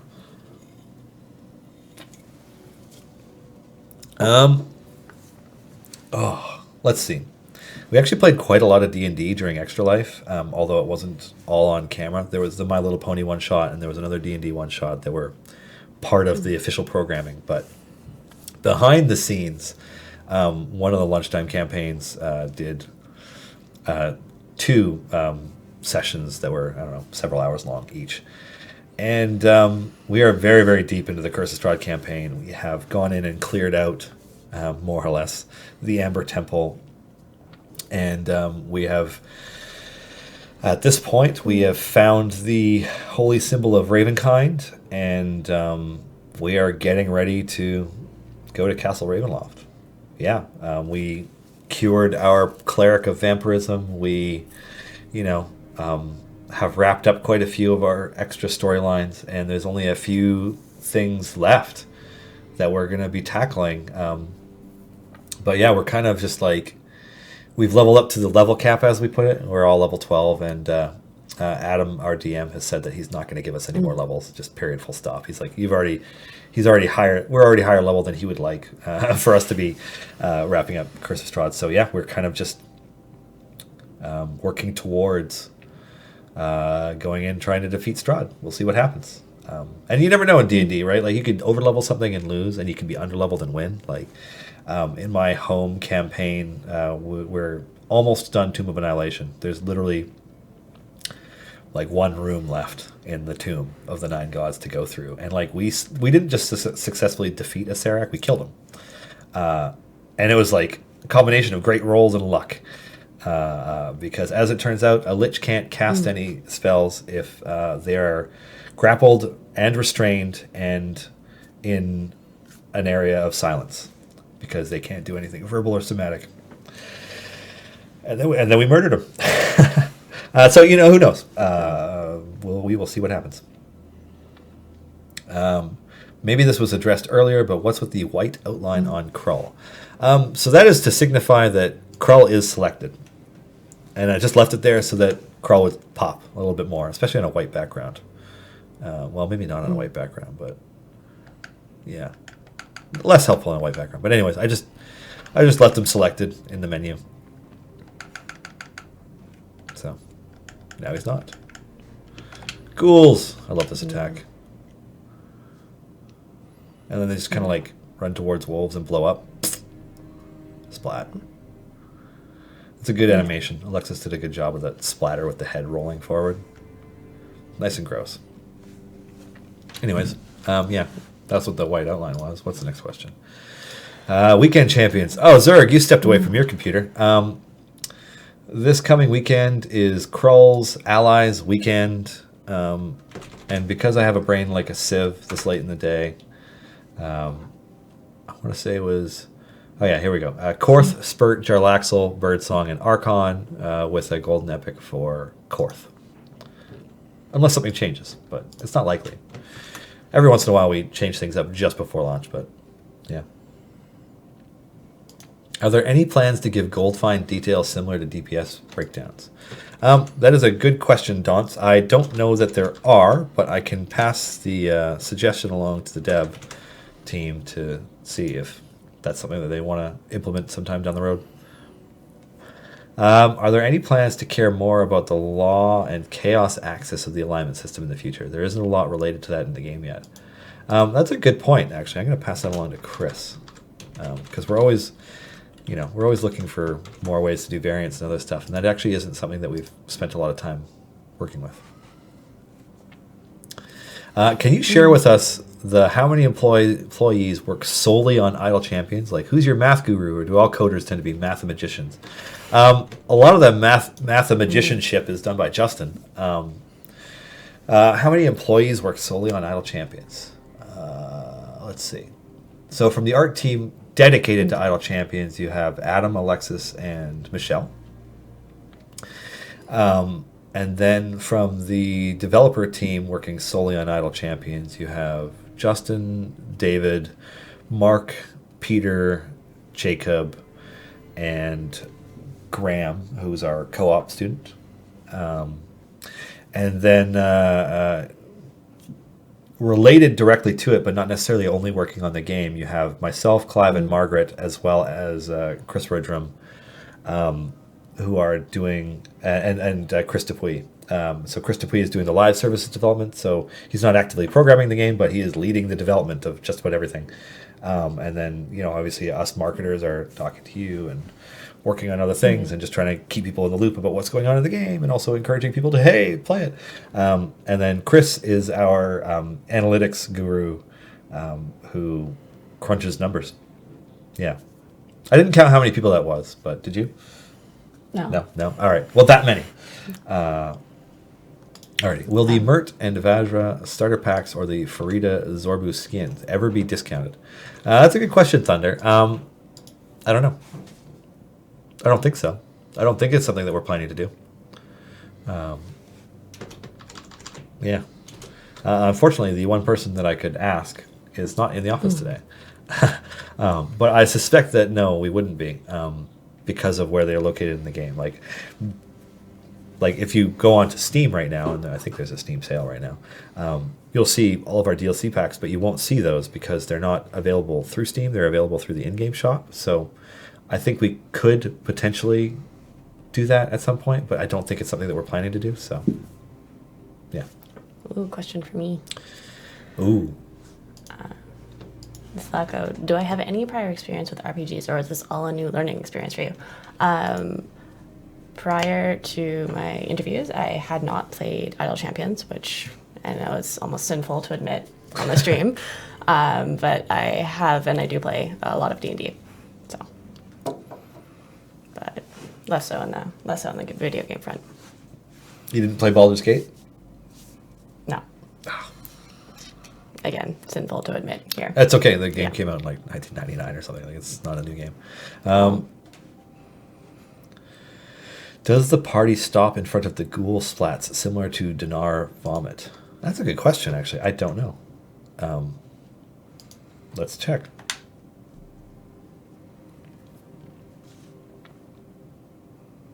Oh, this will probably kill all the monsters, though. So, no, I should have saved that for the next area. No, I messed that up. I don't believe we do. I think they just walk over it. I don't think it stops.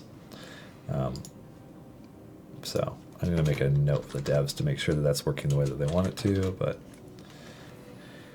I've been away for some weeks. So sorry if it's old news. But is there any update on the coloring book? Yes, the mom unit. There is, in the sense that we finally got everything behind the scenes done that we needed to do in order to make it possible to release it. I believe we actually did share it through the official Discord. If you go onto the Discord channel, discord.gg/IdleChampions, because I think we have it in there. But basically, we're building a part of our website for it where it can live, along with some other multimedia-related things that we have. So that hasn't happened yet because that is something that nobody on our end has had time to do. You can always send us an email to idlechampions@codenameentertainment.com asking about it, and I'm sure Clive or somebody will send it to you. Archon Sunseeker. Any plans on adding a PD timer to gold chest for feats? I opened 75 just the other day and saw 0. Bad luck. Yeah, there isn't currently a PD timer for feats. I mean, that's something that I can pass along as feedback to Justin, but as I understand it, it's not currently something that we're thinking about changing. Did they say when the Archon skin is coming out? We didn't give an exact date except to say that it's coming soon. Yeah, it's coming soon. And that's probably where I should stop that part. Yes. Is there anything from Crusaders of the Lost Idols that you would like to see in Idle Champions? Me personally, that's kind of a slippery slope of a question in that there are features in Crusaders of the Lost Idols that Idle Champions doesn't have. Like there's a mission system and there's crafting and stuff. And like, we don't want to do that again. Like, or at least we don't want to do things like that in the same way again. That's not something that really we have an interest in, is going down that exact same path. So what I can say is, like, if we were going to add features like that, that, I think it would be cool to be able to do missions and stuff, is we would want to do something different. So, yeah. Any chance for a shopping cart feature to buy things like multiple familiars or skins at once? I don't think that's something that we've been planning, will I? And I'm assuming that means that you're not purchasing from Steam or something. You're purchasing through the in-game shop. So I can pass that along to the dev team, but I don't know that it's something that is something that we're planning on necessarily. So yeah. Anyway, so you guys got some more questions?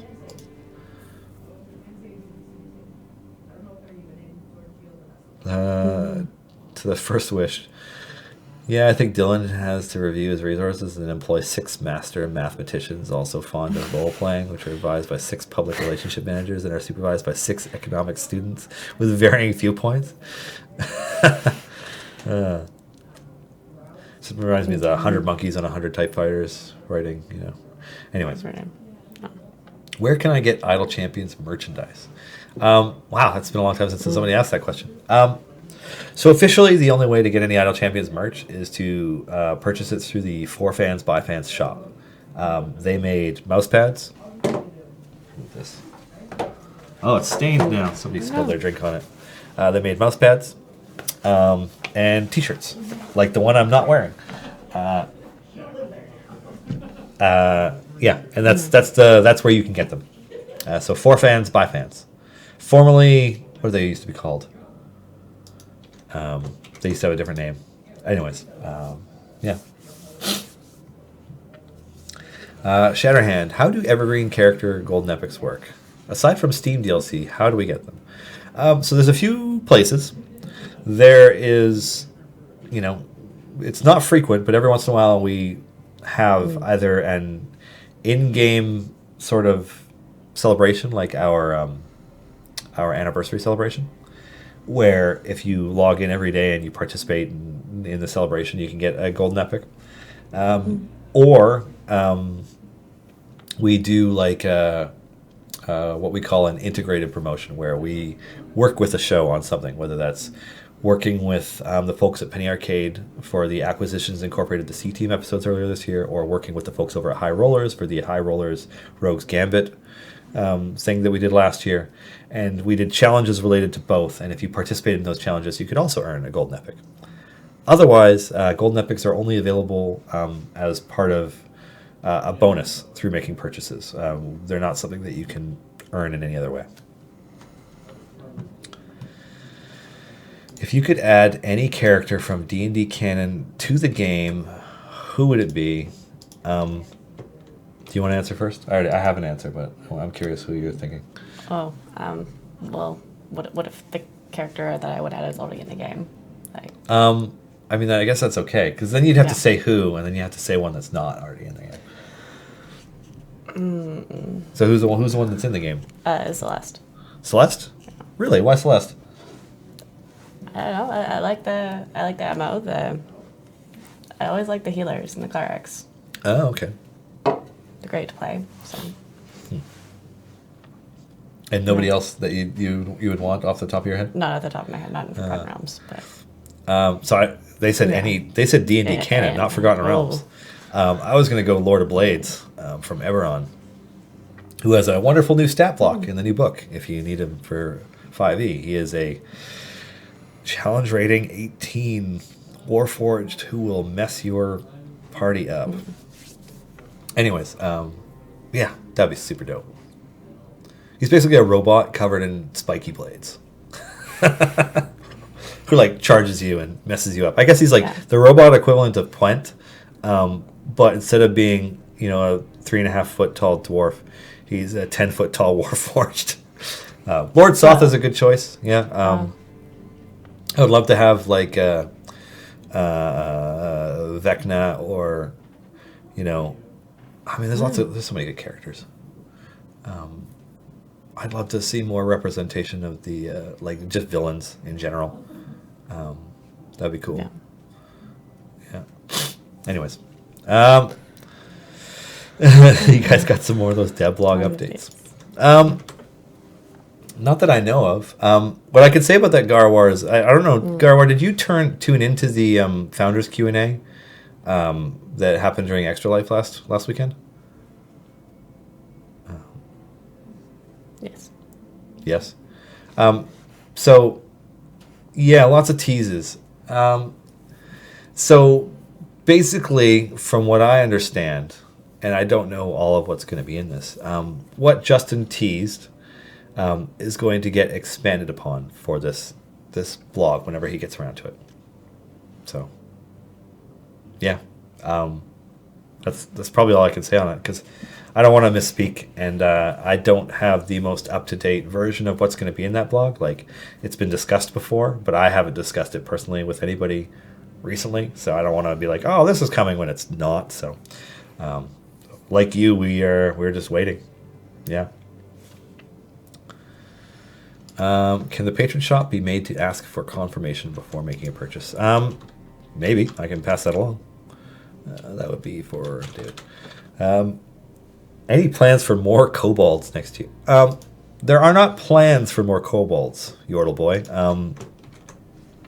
Yeah, I mean we have 3. There's a lot more kobold representation than there is like goblin or kenku representation. So I'm sure there will be more. And we just had Meepo as an NPC. But yeah, there's more to come. Oh, so dusty in here. Okay. Will we ever have a way to add friends in game? Perhaps so we can send invites, send items. I have all these shiny potions, but no one to use them on. That's not something we're planning to do, Source. Yeah, that would be a whole big system to try and invent and implement, and it's not something that we're looking to do. Mugshot art would be amazing on stickers or pins. Yeah, we'll keep that in mind. Any chance we can get some normal gem rewards from patron variants? That's an interesting idea, Giant Dwarf. Pass that along to the relevant folks. Some time ago, you said that you'll maybe put a pity timer on shiny items. Any update? Well, no. Big ticket stuff like that, because like that actually represents a pretty significant change. Like anytime that we dive into our code to make any adjustment to chests or drop rates or anything like that, it's a big deal.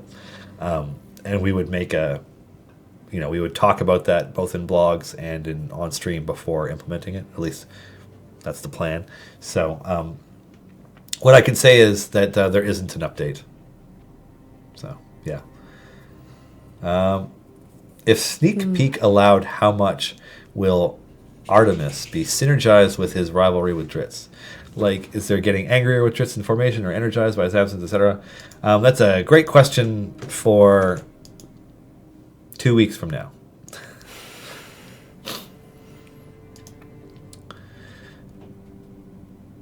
Alright, I'm not sure you can answer this as you weren't aware of Carl's Plague's debuffs falling off when swapped out, but is this a new norm from now on with debuffs? That's a good question, Ronan. So, as you noticed, I haven't really played with Crawl yet. I just haven't. And I assumed it had worked like everything else does. I do know that debuff stacking and swapping is, it's something that is allowed right now, but it's kind of a somewhat problematic aspect of the gameplay that I don't think we've decided necessarily how we're gonna move forward with it beyond this. Like Crawl's debuffs, especially like being able to increase the amount of gold that the enemy drops and increase the amount of damage they take and make it so a percentage of the damage they take hits enemies around them. Like that's a lot. So yeah, it's not necessarily something that we're looking on at making easy. And like honestly, balancing around bench swapping and stuff is kind of a lot to take into account, I guess I could say. So is this the new norm? We're trying it out, I guess. It's the best way to put it, Ronan. Yeah. Are you planning any April Fool's prank within the game? And if not, could you? Maybe. The thing about April Fool's pranks is that what we think is funny on our end doesn't necessarily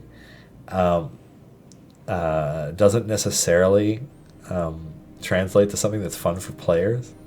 Like one of our games at one point, they turned all of the icons and all of the characters into bees. which we think is funny. We still think it's funny, which players did not think was funny. So finding that line for what is or isn't okay is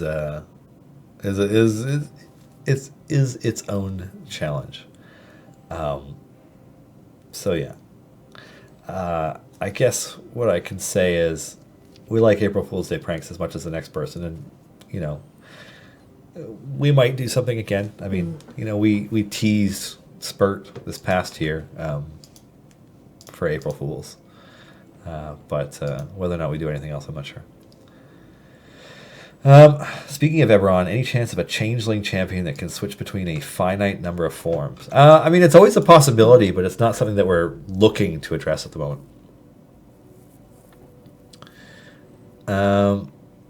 Can you point me to any hashtag or domain where players share cool screenshots of their games? I love the action animation and sometimes want a closer look. That is not a question I've ever had before. I would probably just pop on to the Discord, discord.gg/IdleChampions. Yeah, that's a better repository for a lot of the stuff that's created for the game or information and stuff than other places. So, yeah.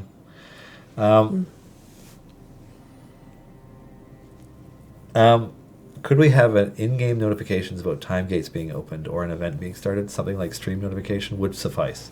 Now, I mean, we do have time gate notifications. Like, you do get a notification when time gates are opened. Anyways, I can pass the communication feedback along.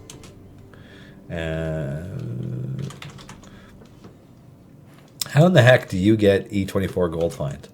Well, Strange Tim, what I can say is that I have done multiple runs to area 650 or higher so far this event and just built up a crazy amount of favor.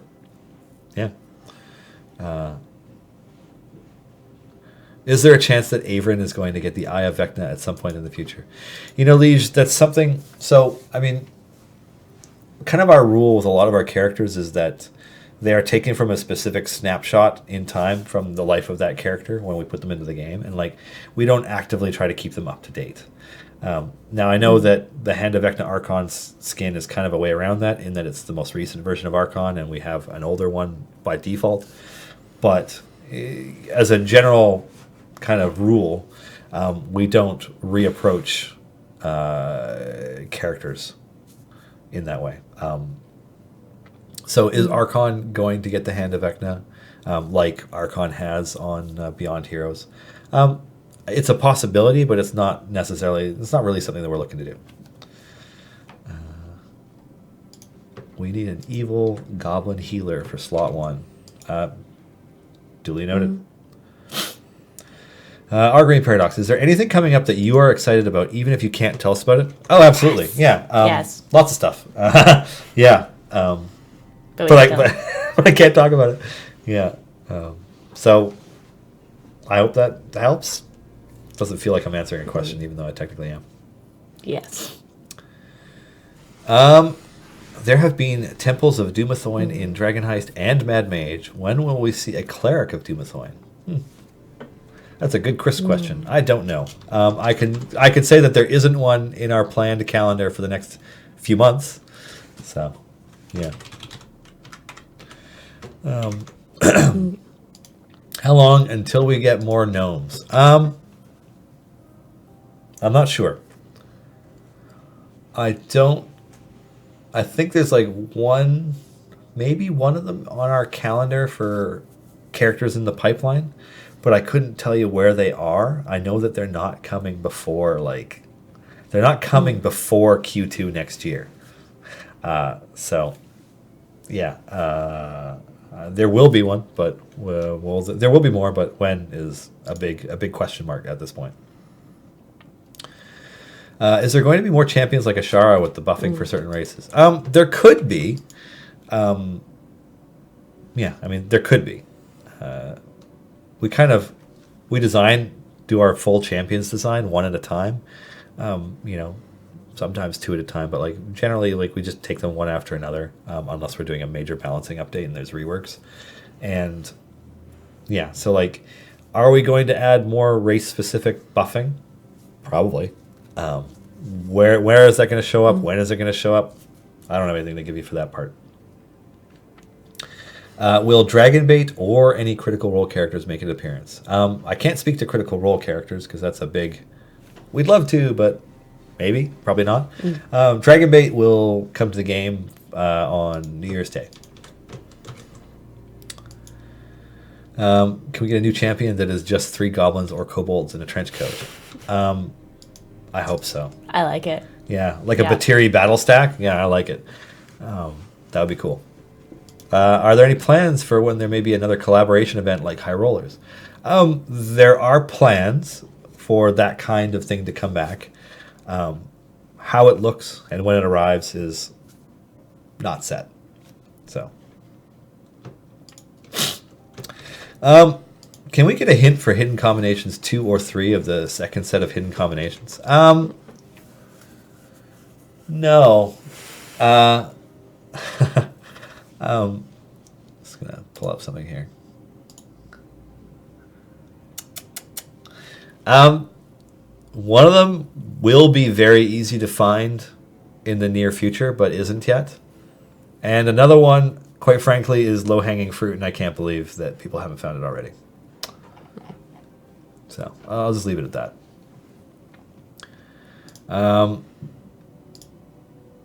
Do people feel that tanking is underutilized in this game, and therefore healing the tank is underappreciated? Because either you're killing everything right away, DPS greater than all, or you're dropping back a stage or 2 until you can. So, I mean, tanking is relevant in the sense that, like, you have to have a tank at the front because it's really easy to have other characters get overwhelmed and killed. So that's relevant. The healing, though, tends to be less important. Yeah. When I say low-hanging fruit, Archon and Sunseeker, I mean that, like, it's an easy one to find, and I'm just surprised that it hasn't already happened, because it's like, if you walk by an apple tree and there's an apple, like, right there, and you're just like, oh, that's perfect. That's easy. Whereas climbing the tree and finding one, putting more work in, is a little harder. Yeah. Of the remaining hidden combinations, at least one of them is super easy. Like, really easy. Yeah. And another one will be very easy, but is not yet obvious. No, low-hanging fruit itself is not the code. No. How many hours do I have? Oh, I don't know. 7,000? Something like that? 7,000, 8,000? Not as many as a lot of our more active players. Players caught up and passed me at one point because what I didn't used to do that I do now is I actually don't play IdleChampions when I'm at home. I turn it off. Just to have a little separation between what I'm spending all of my week focused on, my work week focused on, and what I'm spending my home life focused on. Also, I have other things going on in my home life that I'm not going to talk about yet, but that deserve my attention and get my attention. So, yeah. So I actually started shutting off the game when I'm not in the office. So I'm at 16,326 hours played. That's a good amount. Not as much as Dave, but you're up there. Can we get access to the event page on the map while not in an adventure? I mean, you can't right now. I mean, are you asking for that feature? I can pass that along, but a lot of stuff in the game hinges on an adventure being running in order for you to access stuff, which is why you can't access it from the map. So I don't know that we're going to change that. Any plans to expand the campaign map further east, like over to the Moonsea or Thay or Mulhorand? I love Google Maps like feature to zoom in and out. I think a lot can be done with it. So we just expanded the map a lot, right? Like El Turel and Baldur's Gate were quite far south and southeast from Waterdeep, from the way that our map was at launch. And like, we greatly expanded the map, like, you know, probably double the size in order to include them in it. We are not currently planning on expanding it further east or further south. I mean, you know, it's not a huge amount further south until you get to like Kalimshan, right? And you know, at what point do you stop with the Forgotten Realms map? So anyways, so we're not planning on expanding it further right now. It's every tiny little part of the map is actually hand drawn. by our artists. So it actually becomes a pretty monumental undertaking. It's one of the reasons why it took so long for the Waterdeep map to come together for the Waterdeep Dragon Heist campaign, and it's one of the reasons why expanding the map for of the Sword Coast took a long time. So yeah, just to give you a bit of an idea. Any plans to add an Artificer champion now that the Eberron book is out? Maybe. It's a big question mark. It might happen, but it's not something that we're focused on. The next, I guess you could say, round of champions, like the remaining Q4 2019 champion is not an Artificer, and the Q1 champions in development are not Artificers. That doesn't mean that we won't do one, but that's where we're at right now.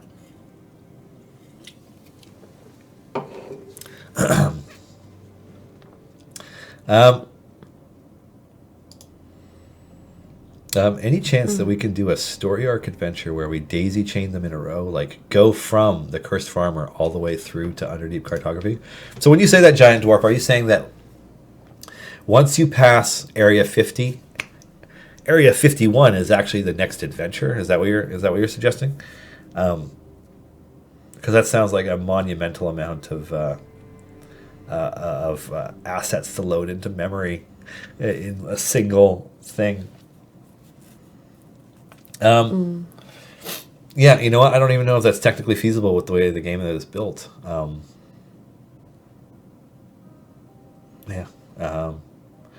I mean, I can pass the suggestion along because it's an interesting idea, but I'm pretty sure that the devs will just shake their head and say no, because, you know, we have different restrictions on each platform that we have to, you know, program for and make things work for. And being able to do 2, 3, 4, 6 adventures in one go strikes me as a memory nightmare that would blow up iPhones. So I guess we'll see. Yeah. And that brings us to the end of this round of questions. I see that players on Discord have figured out another code.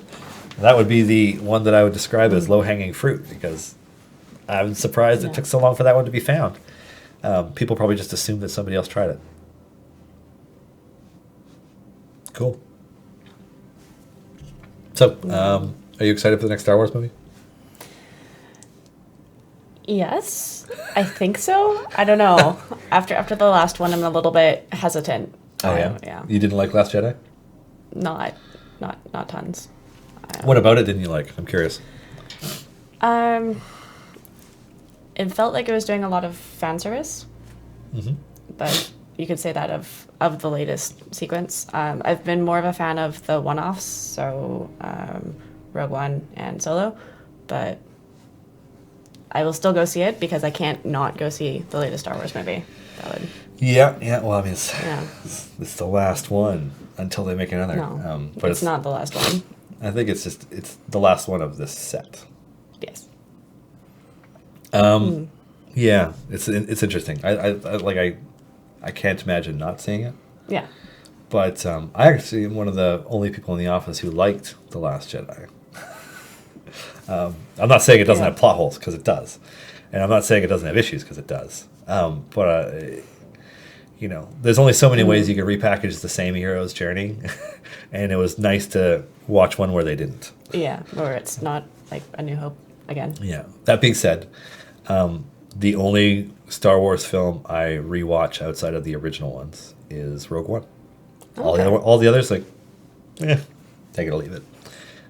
Although I have rewatched The Mandalorian, well, the 3 episodes, more than once already, because they're just awesome. I don't know. Are you watching that? I'm waiting to binge it over Christmas. Fair enough. Yeah, I don't know. Yeah. I've been.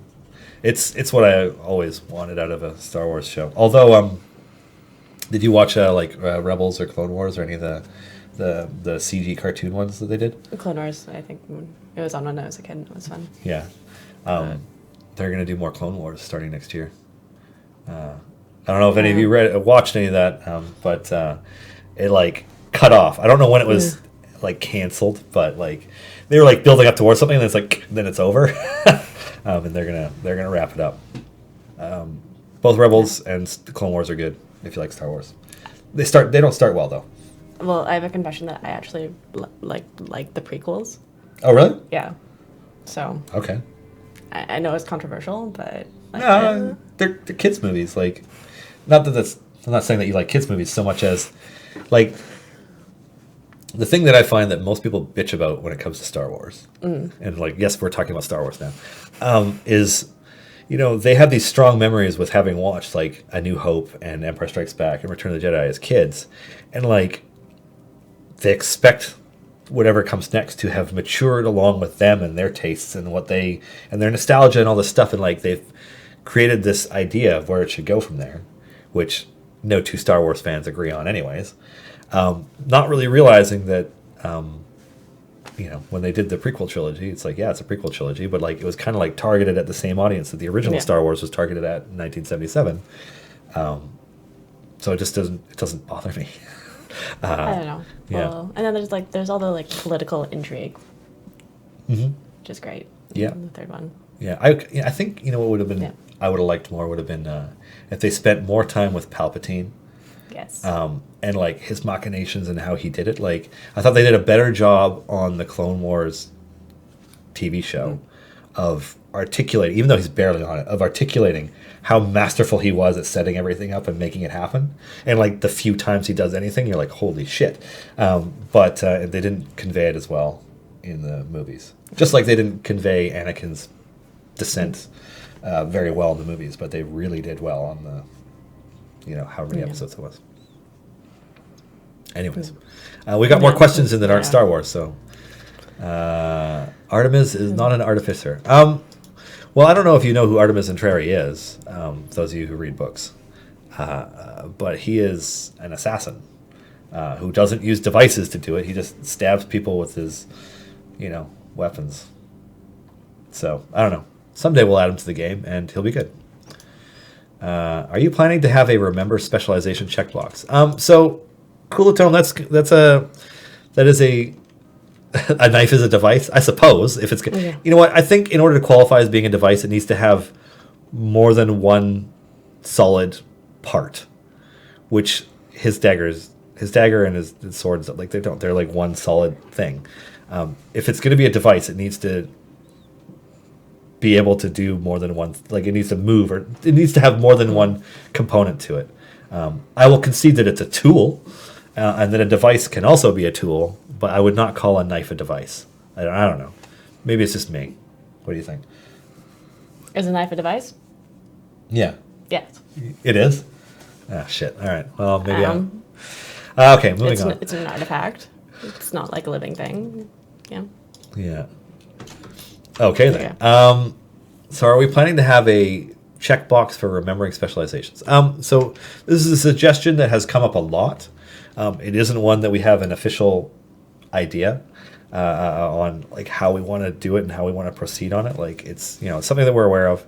It's also the kind of thing that is like, it's a nice, if we were to do it, would be a nice quality of life add-on, maybe, but would be a low priority. So anyways, I'll pass it along. On the topic of movies, what are your guys' favorite bad movies? What's your favorite terrible film? Do you have a favorite terrible film? Guilty pleasure? Okay, it would be the live action version of The Last Airbender. What? Really? Yeah, it's terrible, but I love it. You see, they're just saying that they were happy that you'll be taking over someday, but I feel like that's going to change their minds. That's heresy.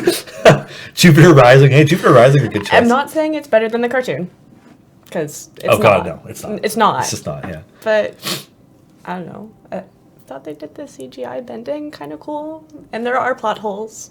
Okay, so it'd be between that and then Dune, because You thought Dune was bad? No, I'm just kidding. they're redoing it. You're talking about David Lynch's Dune, right? Not the miniseries that was on Sci-Fi. Okay. Yeah.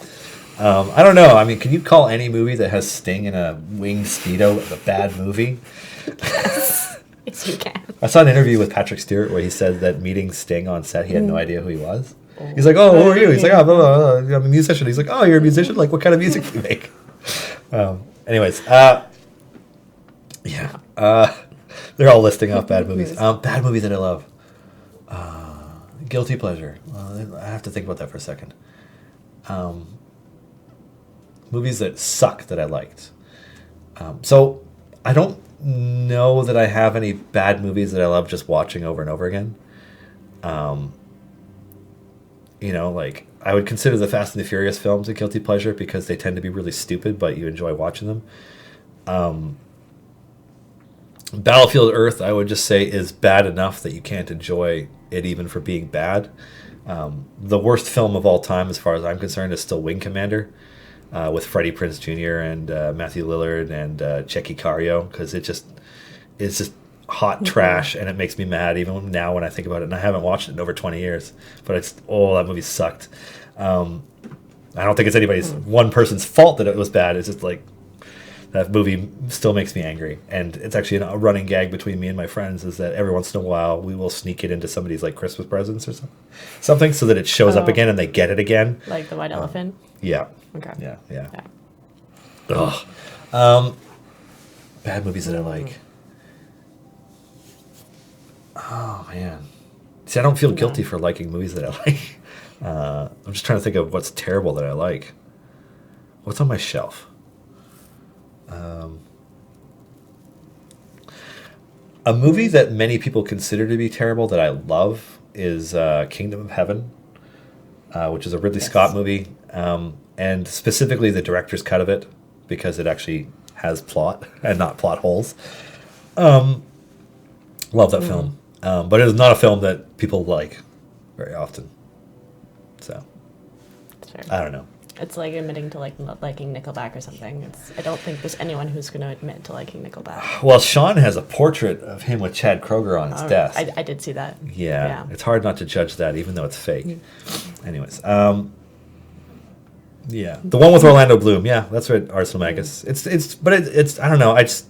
There are so few films that try to tackle issues as complicated as the relationships between Muslims and Christians and conflicts during the Crusades, and the movie gives pretty equal screen time to both perspectives and doesn't whitewash the Muslim characters, and it's all about honor, I guess. I don't know. It's aspirational. I like that film a lot. I could watch it anytime, even though it's super long. Anyways, Dylan, did you read the Star Wars books? If so, do you lament the fact that the books were shot on an airlock as far as canon goes? I did not read them. I think it kind of sucks that the massive Star Wars extended universe got just retconned out of existence as soon as Disney made the purchase. But I 100% agree with them doing that, because if they want to move forward with that IP, having 200 novels with tons of obscure stuff and having that be a part of your established canon is just not something you can do. So I think they made the right call, but I think it sucks for the many writers, lots of whom are really talented writers, who contributed to that. And I'm very happy that Timothy Zahn got to reintegrate Thrawn back into Star Wars canon after that, because that's a good character. I was really hoping he'd be in the movies, but he's on Rebels. All right, this will probably be the last question. Did you guys specifically build Jim's Wand of Wonder power to transform a monster into a mimic with gold farming in mind? Has your team ever been surprised by a player strategy that wasn't intended? If many, best one. That was intended. Have we been surprised by a player strategy that wasn't intended? The way that, to touch on this subject again for the last time this stream, the way that bench stacking has worked out in the game, in that players are using many more champions in order to progress, but you're getting to your wall and you're okay, you start swapping out different stacking debuffs in order to start making progress further. I think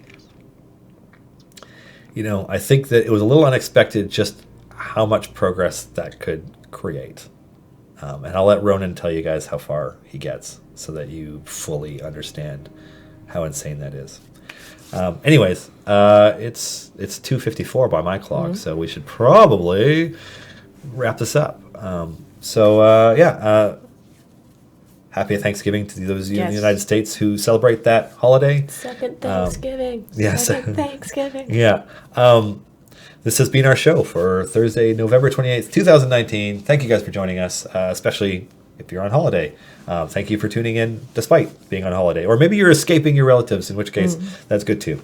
You guys are awesome. This show exists because of a number of cool people, especially my co-producer, Erica, my co-host, Margaret, as well as our partners at D&D, Greg, Bart, Pelham, Allison, Shawling, and Lisa, who I'm sure are all on holiday or mostly all on holiday.